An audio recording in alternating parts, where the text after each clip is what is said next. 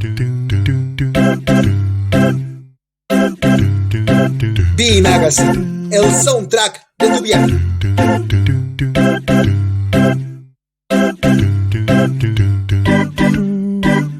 B Magazine, el soundtrack de tu viaje. Bienvenidos a B Magazine. El soundtrack de tu viaje. Hoy tenemos una invitada de lujo, como todos estos programas y esta serie de cápsulas que hemos hecho. Está aquí con nosotros, ella es escritora, se llama Magali Velasco, acaba de escribir su primera novela, pero tiene una serie de libros de cuentos, ha ganado algunos premios. Ensayos, investigaciones. Ella es Tiene un originalmente, doctorado que hizo en París, ¿no? exactamente, originalmente académica, pero en el corazón, melómana y novelista de súper lujo. Vamos a presentar aquí su libro Cerezas en París, su primera novela, pero además vamos a hablar de la vida, vamos a hablar de las aventuras, de los viajes que la han inspirado, de la música que la ha inspirado, de la cinematografía que le ha inspirado y de todas esas aventuras que significa ser. Y queremos darle la bienvenida, por supuesto, a mi queridísima Magali Velasco, doctora en estudios hispanoamericanos, nada más y nada menos que por la Universidad Sorbonne de París, pero ella en realidad es una apasionada de las letras, escritora, investigadora, académica, rockera en el corazón, en el alma, en fin, ya le irán conociendo si es que jalapeña, como Jessica Moreno, ya le irán conociendo si es que aún no la conocen y se van a enamorar de su quehacer, de la manera en la que trabaja con las letras a través de su, de su literatura. Y justo estamos hablando de esta reciente y primera, digamos, ópera prima, ¿no? Uh-huh. En el sentido novelístico hablando. Sí, porque tiene, ahí está, miren. Ahí está, nada más y nada menos que Cerezas en París. Sí. Pues, bienvenida. Exacto, bienvenida Magali, queridísima. Gracias, Giancarlo, gracias, Jess, un gustazo conocerlos y pues al contrario, gracias que me dan este momentito, ¿no? Lo logramos para coincidir, estoy súper contenta de tener una charla con ustedes. Bueno, pues lo mismo decimos, la verdad, y bueno, pues vamos a iniciar este recorrido, Jess, si te parece. Magali, has escrito cuentos, has vivido en París, ahora vives en Jalapa, vas de un lugar a otro, pero para quien no te conoce, ¿quién es Magali? Mejor que propias palabras. Sí, bueno, soy originaria, nací en Jalapa.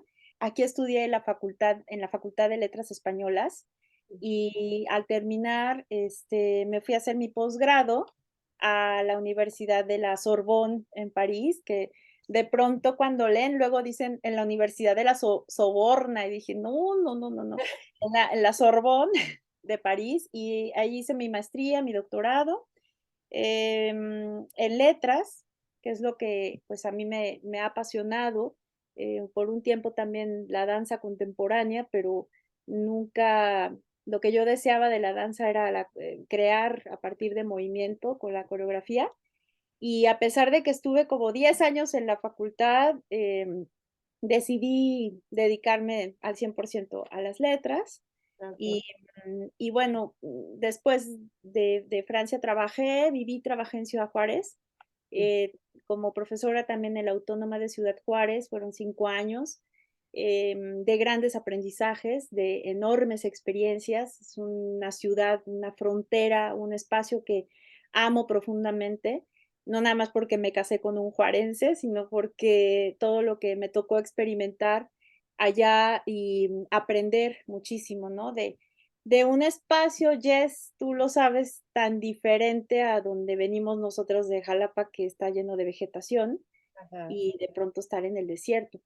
Y fue precisamente, sí, yo lo que tengo son libros de cuento y ensayo, pero fíjate que fue viviendo en Ciudad Juárez cuando comencé a escribir esta novela. O sea, no me lo había planteado como tengo que hacer una novela, sino la historia comenzó a imponerse y dije, bueno, esto no va a caber en un cuento, ni en varios cuentos, esto va a ser algo más, un formato diferente al que me retaba yo misma de enfrentar y nació precisamente por la nostalgia de mi terruño, ¿no? O sea, yo ya quería regresar a Jalapa, llevaba más de 10 años fuera y yo ya quería regresar y fue así como comencé a escribirlo, ¿no? O sea, pero esas primeras páginas se quedaron en el cajón porque cuando yo pude regresar a Jalapa y ahora soy docente de tiempo completo en la Facultad de Letras,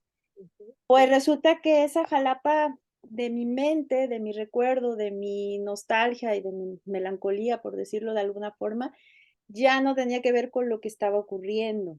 Sí. Entonces, sí fue un choque muy fuerte a partir del 2009 que yo regreso. Ujú. Te Ujú. entiendo perfecto porque yo tengo 15 años viviendo aquí, entonces, pues ya no estoy de planta en Jalapa y cuando voy vacaciones largas y trato de seguir el ritmo de vida de, pues, de mis familiares y así, se siente muy, muy, muy distinto, ¿no? Y Sí, Sí, ya supongo que irte a vivir ahí, pues no, es un choque. Ujú.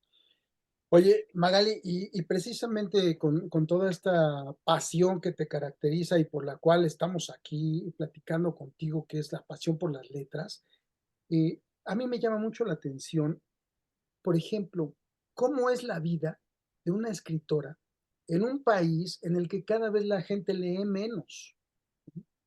Entonces, ay, sí, es como la Además te pregunta. enfrentas a grupos, ¿no? De chicos, de jóvenes. Entonces, ¿cómo es ahí?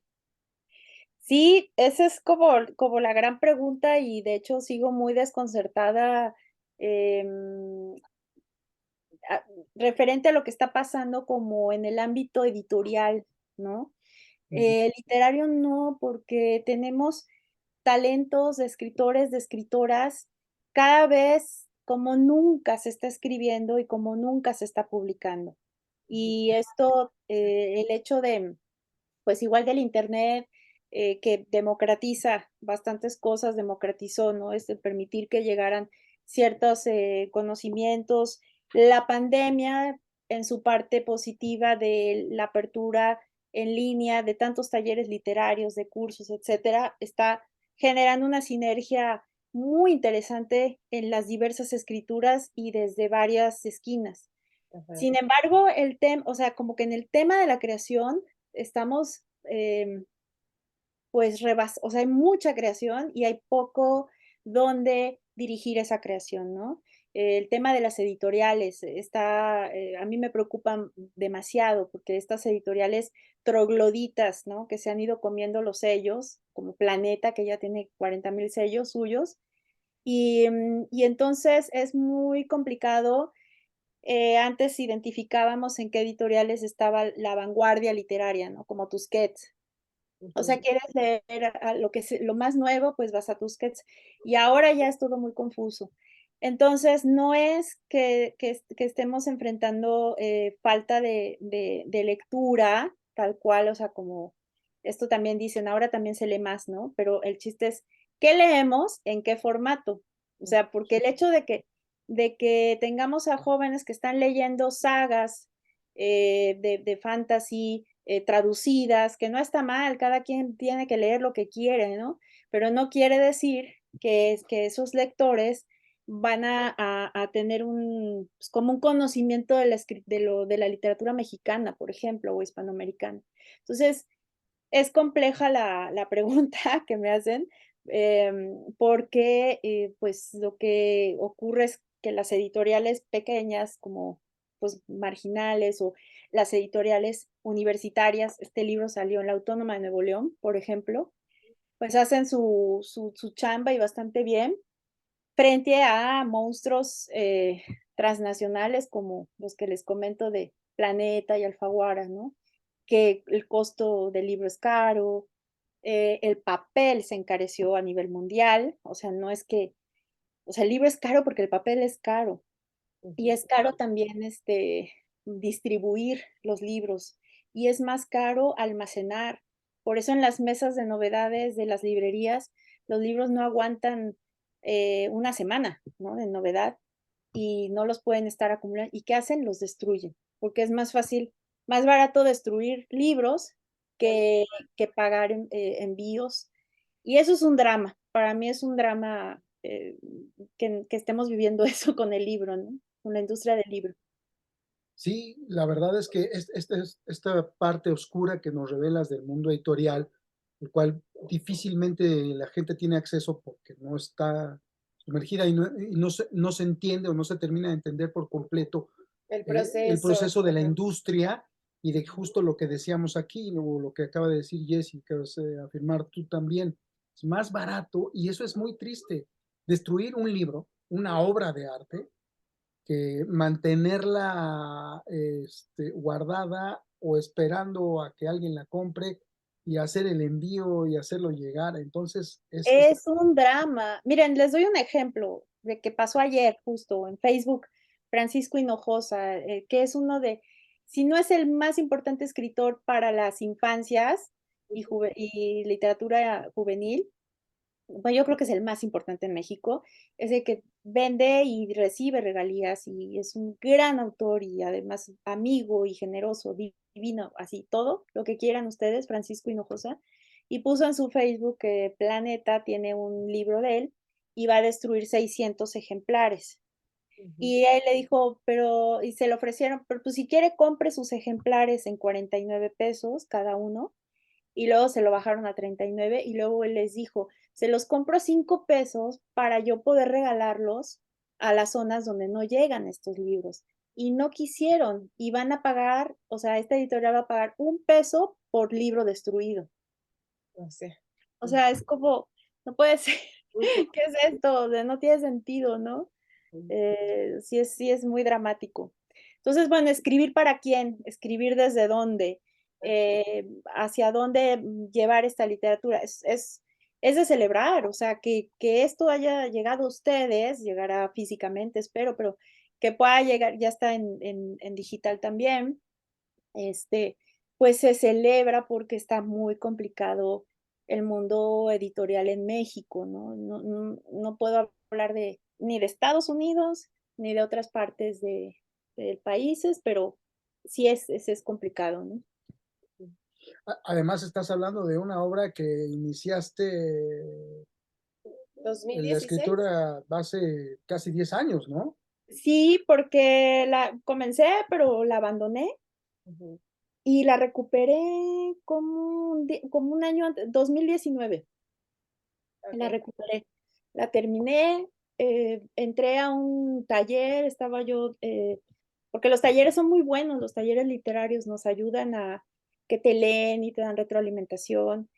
Y Ujú. estuve en el taller de Verónica Flores, que tiene su agencia literaria y que fue ella, estuvo como 17 años de editora en Tusquets, muy buena editora. Ahí lo leí, ahí lo trabajé, me sirvió, me disciplinó, me todo, y también como yo pues eso, ¿no? Como también vencer miedos de cambiar del registro de cuento a novela.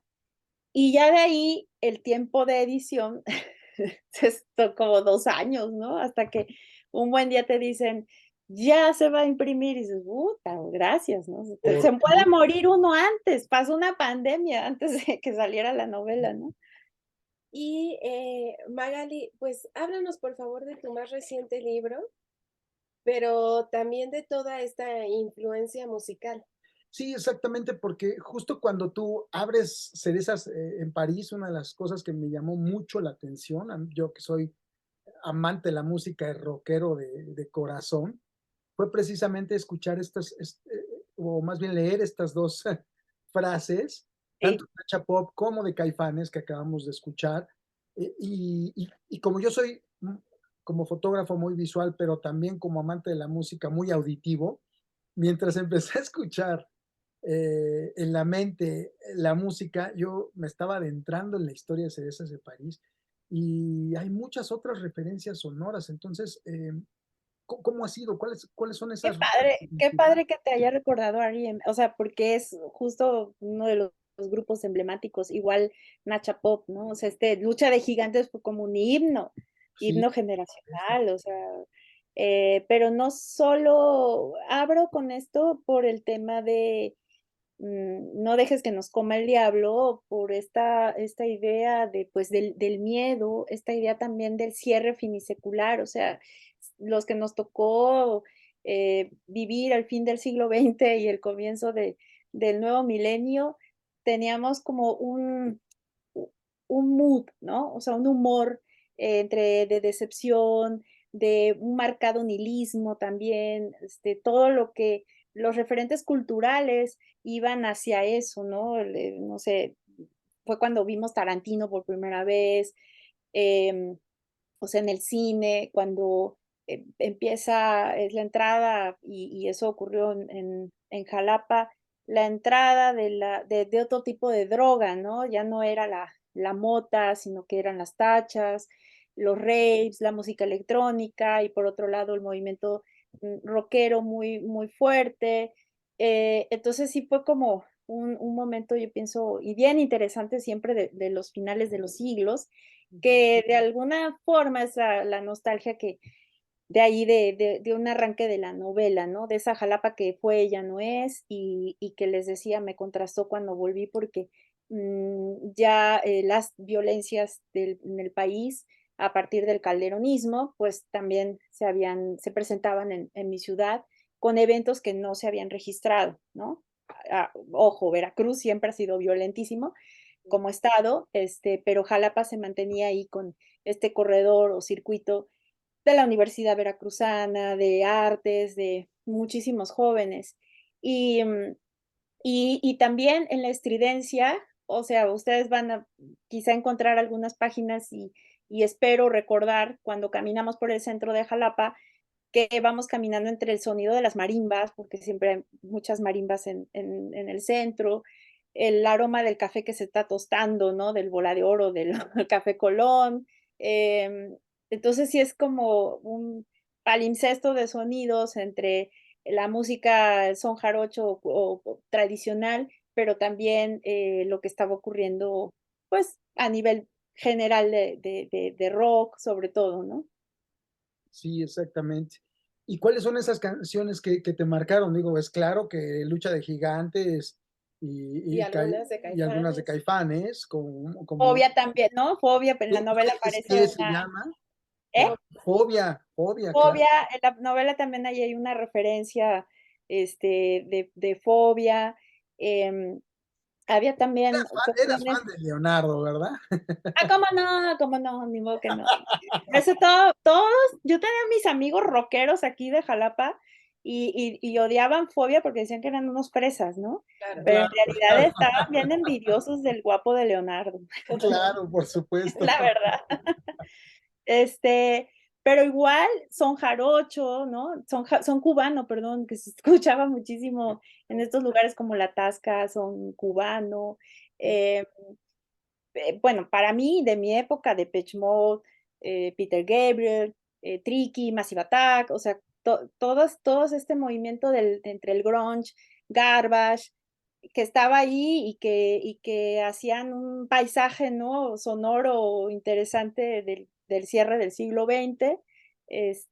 Importaba mucho esta musicalidad, mucha influencia inglesa, sí, de música, músicos ingleses, músicos gringos, que era lo que a mí me gustaba y me sigue gustando escuchar, YouTube, ¿no? Me gusta mucho esa línea. Ahora me chuto todo lo de recuerdos de Metallica, por mi hijo de 13 años, que Ajá, está muy, muy, muy clavado Pantera, Metallica, creo que Guns N' Roses. Y okey. ese, el metal y el glam y eso no era mi onda. Nirvana todavía aguanté Nirvana y creo que el álbum uno, ¿no? Pero mi hermano sí escuchaba toda esa música y me acuerdo que eran unas batallas campales en la casa porque yo quería jetearme, o sea, mi siestecita para seguir toda la tarde y mi hermano empezaba a poner su música infernal y yo decía, Javier, así, como pelea de hermanos, y ahora es mi hijito, ¿no? Entonces ya me subo al coche con él y él se apodera del Spotify y ya valió. Pues bueno, ahí voy Bueno, rockeando con él también. oye, debe ser poca madre, así con esa palabra lo digo, tomar clases, o sea, ser alumno de Magali Velasco con estas referencias sonoras, me puedo imaginar yo, y recuerdo mi época universitaria, porque, pues sí, la verdad es que se siente un ambiente muy fresco al platicar contigo de la vida y eso debe ser muy refrescante también para estas nuevas generaciones, que aunque a lo mejor pensarían, mira estos chavorrucos hablando de YouTube, Ya sé, está pero tremendo. la verdad es que sí, o sea, estamos más cerca de YouTube nosotros que de Bad Bunny, ¿no? O sea, La neta, sí, 100%. De hecho, yo, me esfuerzo y trato de como de entender, no escucho, reguetón, lo he tratado de escuchar, con todo el ánimo y con así como que quiero entender, pero bueno, parece que ahí sí la marca generacional está haciendo un mella, está haciendo mella muy oh, cabrona. sí, Pero bueno, mi hijo no escucha reguetón, ¿no? Entonces, que le guste, que le pongo más Batag y le gusta, o que le guste, Smash, ¿cómo se llaman? Los Smashing Smash, Pumpkins. ajá, y le gusta, y digo: "Ay, qué bueno", es como un alivio al alma, ¿no? Así Pero, estamos nosotros, Todo lo hago también con nuestro hijo de pero tiene 5 5 años, añitos. pero le encantan los Foo Fighters, por ejemplo. Pues, órale, digo, rockea sí, bien. ya la ¿Dónde los libramos. sí, pues yo espero que ya la libramos. Espero que ya la libremos. Oye, bueno, pues ya que Magali, y bueno, queremos preguntarte, ¿cómo concibes, esta novela, tu primera novela? ¿Fue un proceso satisfactorio? ¿Fue hasta un exorcismo? ¿Fue algo sanador? ¿Fue algo, no sé, que develó ahí algo, algún secreto, algún momento? Fue una muy buena escuela, o sea, fue una muy buena escuela porque, al ser mi primera novela y no tener experiencia pues, de una historia de largo aliento, eh, fue, te decía, un reto, pero también, pues, era algo que yo quería y necesitaba hacer. Me quedo muy contenta, muy satisfecha con el resultado. Hay cosas, es una novela que yo la trabajé, ¿no? Que la traté de depurar, de cuidarle el detalle.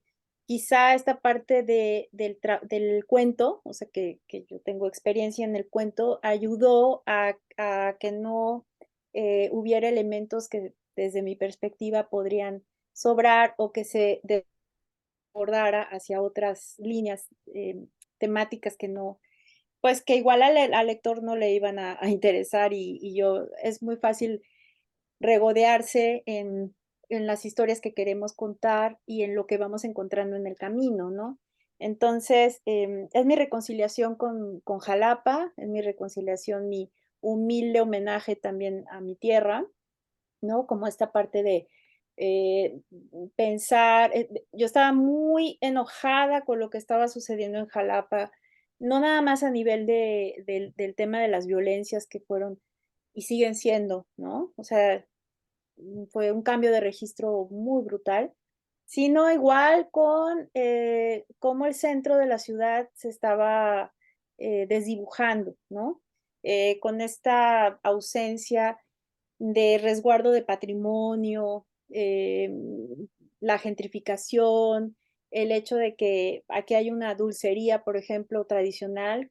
Yo iba a la primaria en la zona del centro, vivía en la zona del centro, crecí en la zona del centro, e iba caminando a la primaria, regresaba, siempre estaba esa dulcería, con las señoras que parecían, inmutables, o sea, que no tenían edad, ¿no? Como que siempre fueron señoras de toda la vida sin edad.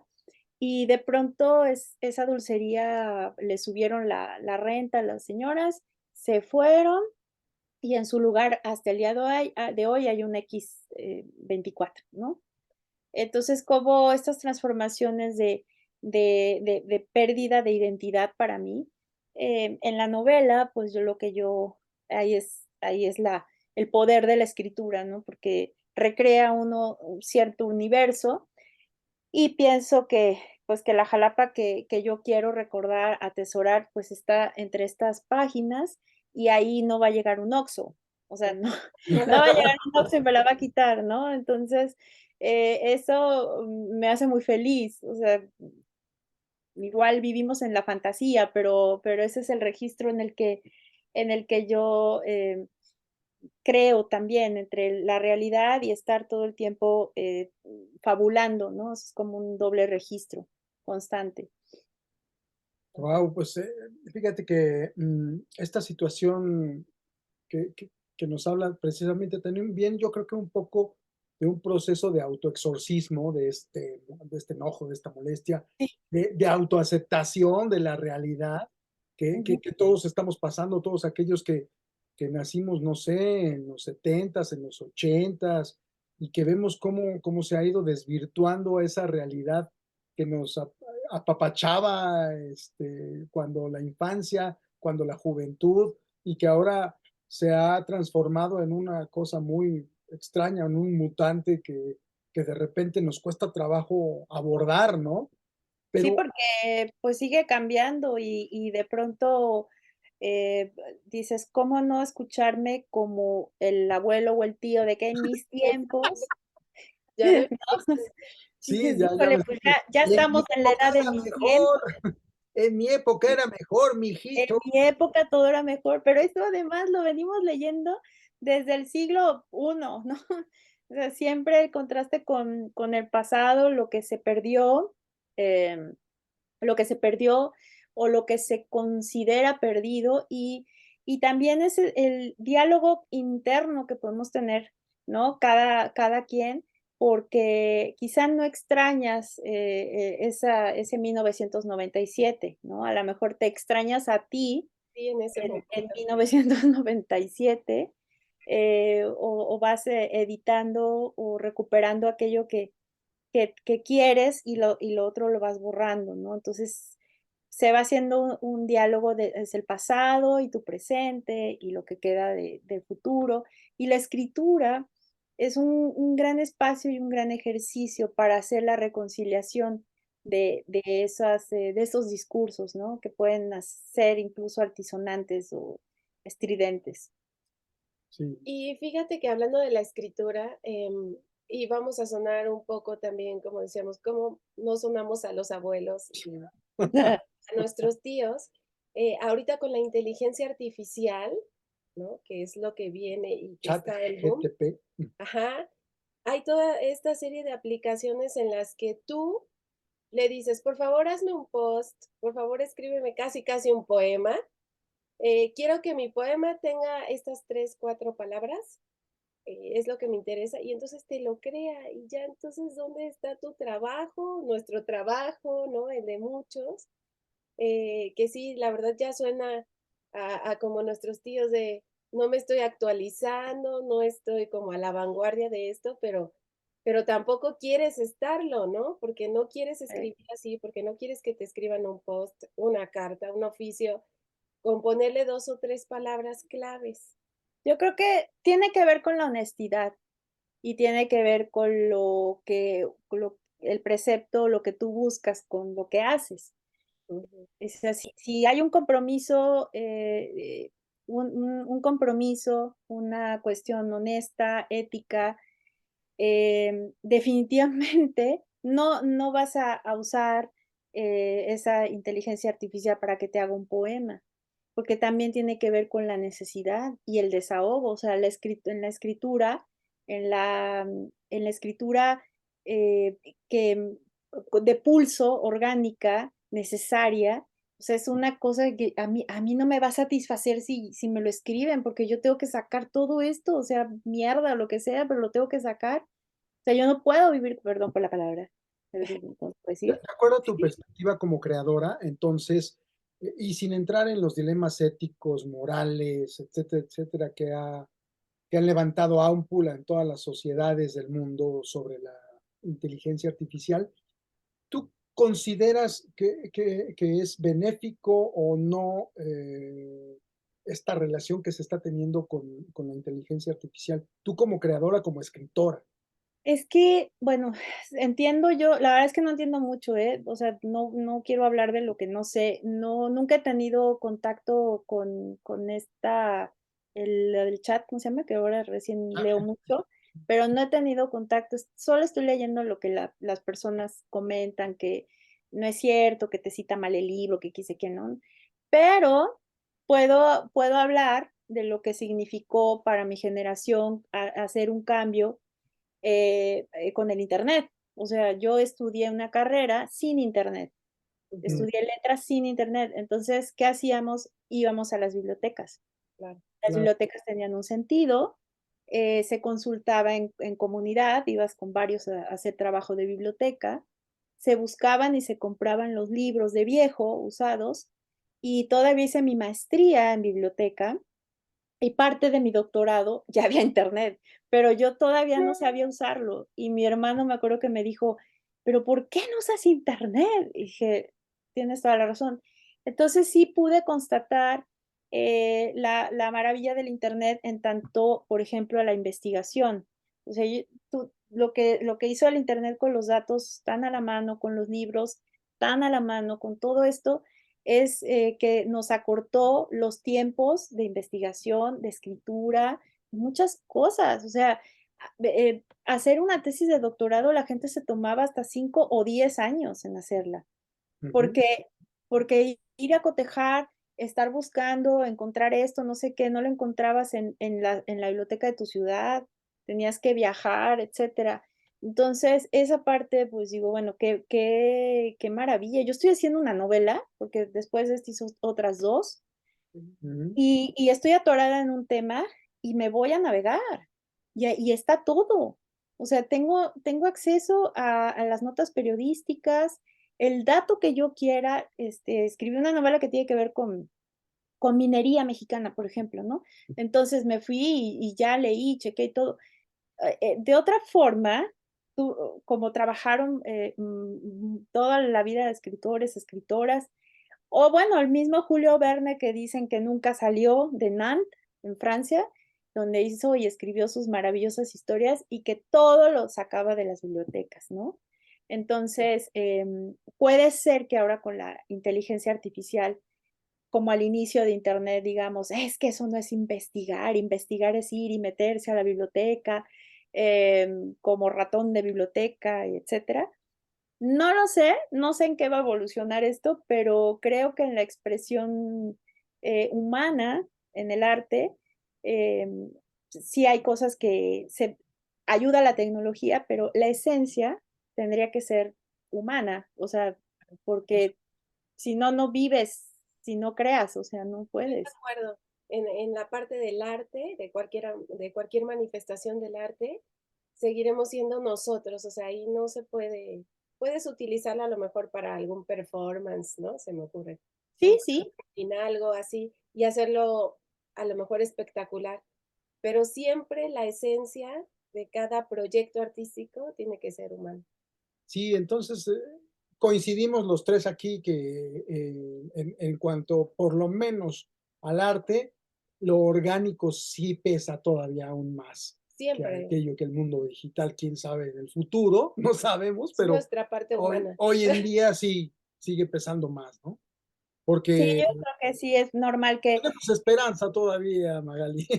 sí, sí, sí, eso yo también opino igual. Magali, y ahora nos gustaría que nos recomendaras algunos lugares que te hayan marcado, que lo recomendaras al público, porque así vamos conociendo y seguramente cuando alguien llegue a ese lugar va a decir, ah, pues, me Mm. acuerdo de Magali. Bueno, pues, mis viajes han sido muy en consonancia con lo literario.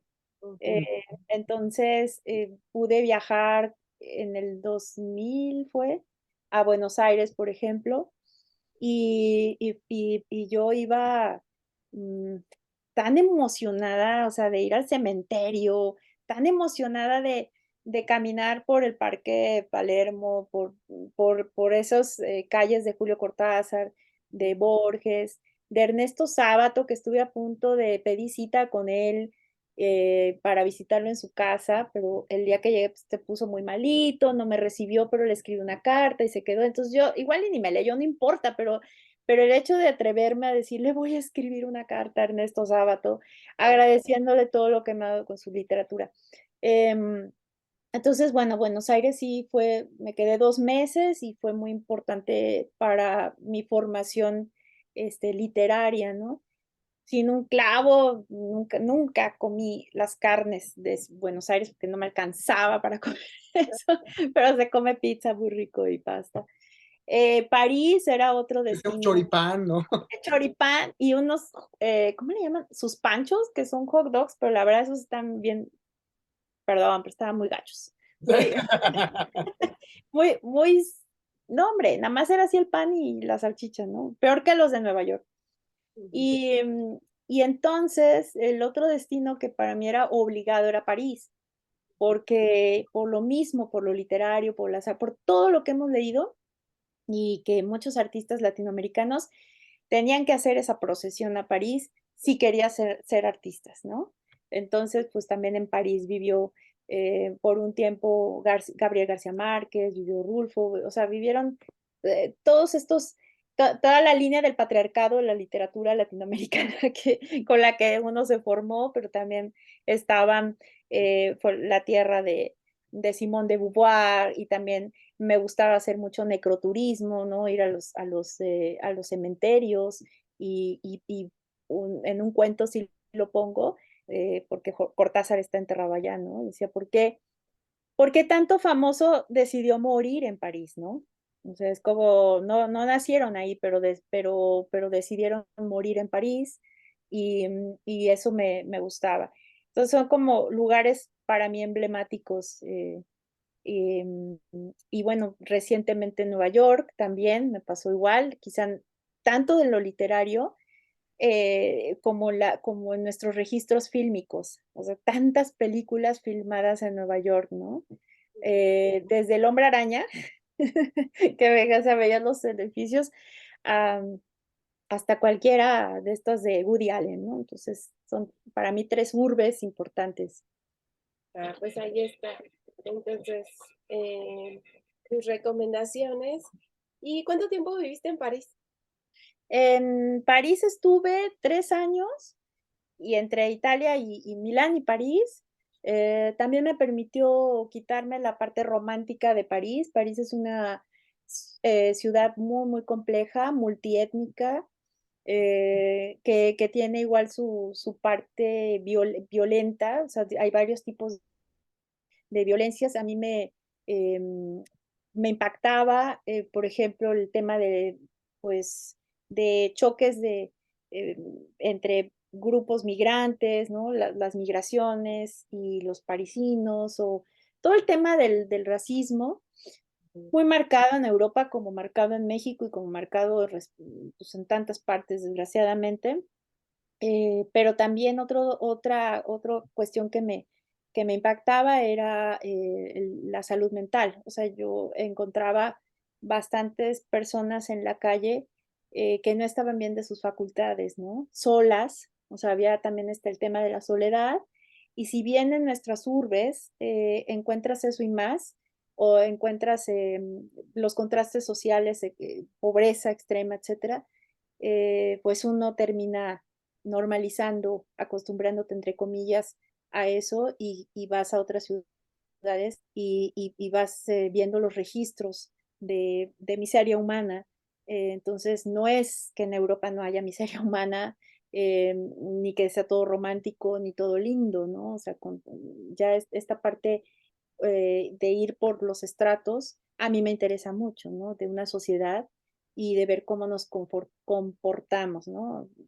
París es como una urbe muy abierta, vas escuchando por las calles francés, inglés, español, francés, pero tunecino, árabe, etcétera, ¿no? Y se vuelve una torre de Babel con todas sus complejidades también.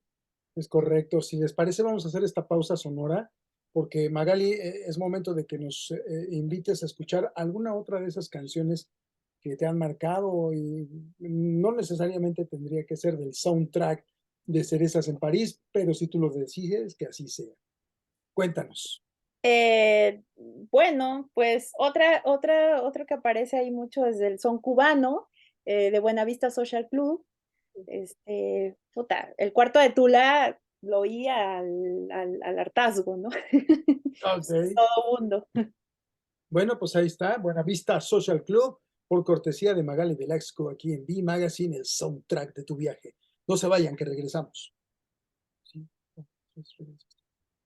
Bueno, pues ya estamos de regreso, seguimos con Magali platicando. Y ahorita, antes de irnos a esta pausa musical, nos hablabas como de conocer realmente París, como de este desencanto. Nosotros también lo vivimos. Me acuerdo que llegamos a Madrid y una sencilla pregunta, ¿por dónde me voy para encontrar tal museo? Y la gente no nos contestaba, ni siquiera nos volteaba a ver, ¿no? Y entonces un poco eso Muy hostiles, sí, sí, muy, sí. muy hostiles, Sí. o sea, nada Pero, más, el madrileño. sí, en Madrid. Y Ajá. después estuvimos en Venecia y recuerdo que Jan se fue a comprar algo y me dejó con todas las cosas que andábamos cargando todo el tiempo. Y entonces presencié justamente una pelea entre inmigrantes y justamente pues algunos lugareños que estaban vendiendo ahí sus cosas, Africanos e italianos, que no pero estaban dejándolos vender, entonces empezaron a pelear a golpes, ¿no? Tuve que Sí. salir corriendo con todas las cosas que no cargaba sola, porque la mitad de las cargaba ya, y la mitad yo. Pues no, como sea, tuve que salir corriendo de ahí porque se estaban aventando todo lo que encontraban. Entonces sí, también no estuvimos tanto tiempo como tú, no vivimos años ahí, solamente fuimos de vacaciones un tiempo, pero aún así pudimos percibir eso, ¿no? Y siempre lo mencionamos en nuestras recomendaciones de viaje, o sea, si hay una parte muy bonita, muy turística que te encanta y que prácticamente te quieres ir a vivir a cualquier lugar al que viajas, que estás muy contento y feliz porque son vacaciones, pero no es así, esa nunca es la realidad, ¿no? No. Siempre te tienes que sí, hay cuidar, algo hay bien oscuro. carteristas, hay personas que están vigilando, que asaltan a los turistas, en el caso de que seas turista, ¿no? Pero vivir allá, pues es otro tema en el que también te tienes que estar cuidando, ¿no? Oye, después de 3 años de estar viviendo, viajando y estudiando en París, ¿tuviste la oportunidad, esto es una curiosidad personal, de conocer las catacumbas? ¿A ti que te gusta esta, que te apasiona esto del del Claro, turismo? sí fui en París, sí fui, fíjate que fui por una prima, Silvia Esmerna, que me fue a visitar, y con ella nos metimos, y llegó un punto en el que yo allá me empecé como a asfixiar, o sea, ves son calles, debajo de las calles, se ve incluso los nombres de las calles, los huesitos y los cráneos, todos arreglados muy artísticamente, muy armónicos, pero llega un momento en el que estás caminando y caminando y te empiezas a mal viajar, Ujú, ¿no? Sí. Y también pensaba yo en qué simbólico estas capas, ¿no? De tierra y luego con los restos humanos de la historia, porque lo que ujú, nosotros vemos tiene un trasfondo que nos va a remitir al colonialismo, un trasfondo que nos remite a la explotación, y si hay una Torre Eiffel en Francia es porque los franceses fueron conquistadores, también explotadores, colonialistas, y entonces empiezas a rascarle a la historia y por eso contrasta. ¿Con qué narrativas desde México en el tema, por ejemplo, de lo artístico en general, crecimos, ¿no? Referente a España, Francia, otros países de Europa, y qué narrativa tienen ellos de nosotros, así como a nosotros vamos casi como de pechito, ¿no? Decir, ay, maravillados, no sé cuántos, y los de allá para acá vienen con todo el prejuicio, o sea, nosotros vamos con un prejuicio, una idea equivocada, y ellos también llegan a México con otro prejuicio de que todo es salvaje, violento, Sí. terrible y órale, ¿no? Que se encuentran con con cosas que no imaginaban o que no sabían. O sea, yo algo que me contrastó mucho es, nosotros sabemos mucho de los europeos y los europeos sabían nada o muy poquito de México, ¿no? El clásico de, ¿cómo? ¿Es Sudamérica? ¿Es Centroamérica? No sé qué, no.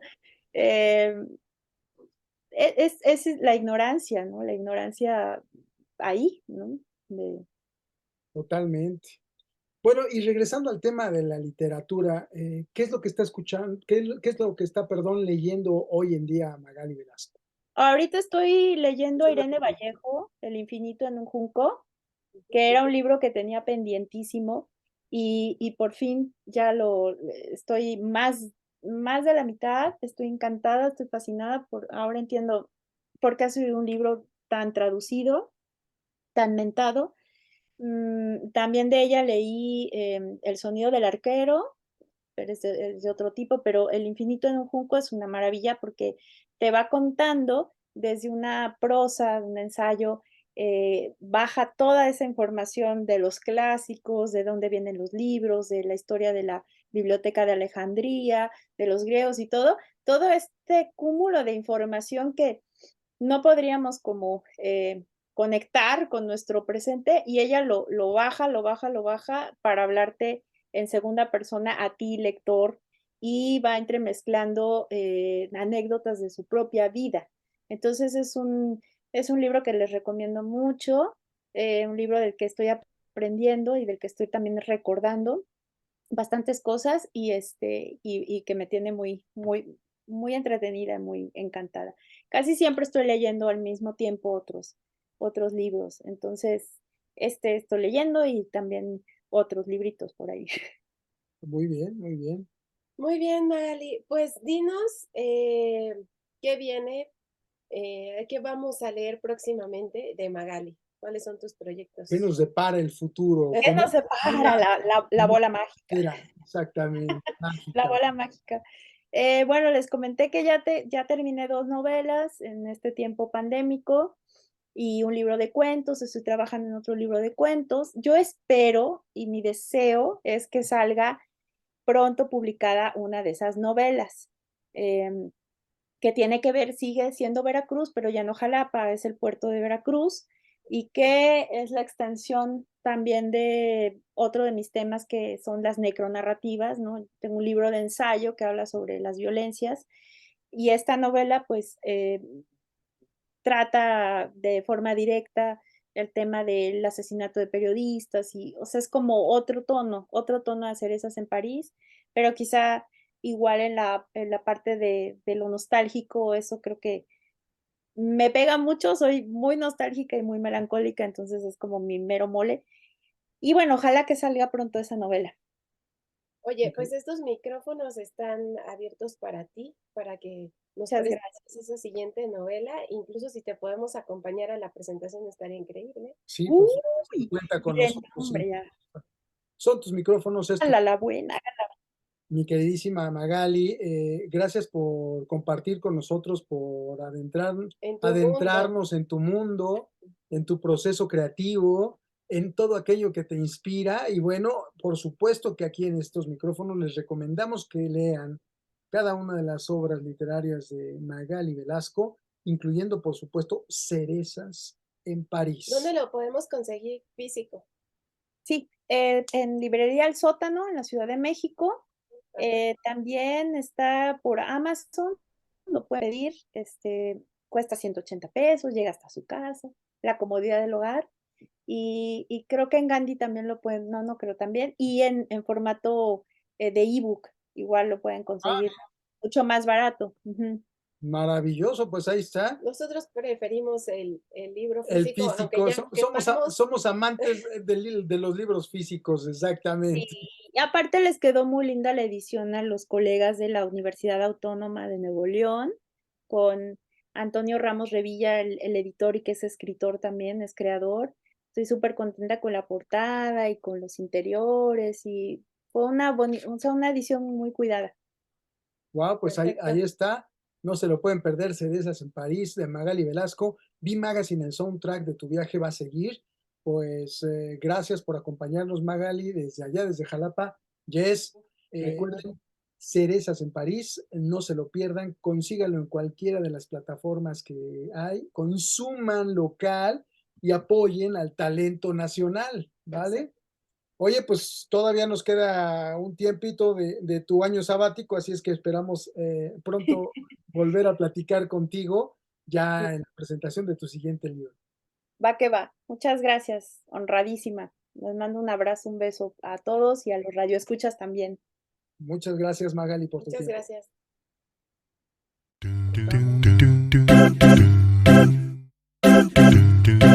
B Magazine, el soundtrack de tu viaje.